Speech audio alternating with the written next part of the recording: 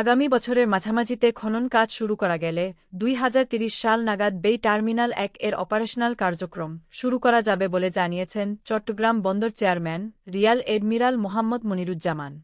সোমবার চট্টগ্রাম বন্দর মিলনায়তনে বন্দর কর্তৃপক্ষের সাথে বিনিয়োগকারী বিভিন্ন সংস্থার প্রতিনিধিদের সাথে মতবিনিময় সভায় এ তথ্য জানান বন্দর চেয়ারম্যান। সভায় বাংলাদেশসহ বিভিন্ন দেশের শতাধিক প্রতিনিধি অফলাইন ও অনলাইনে অংশগ্রহণ করেন।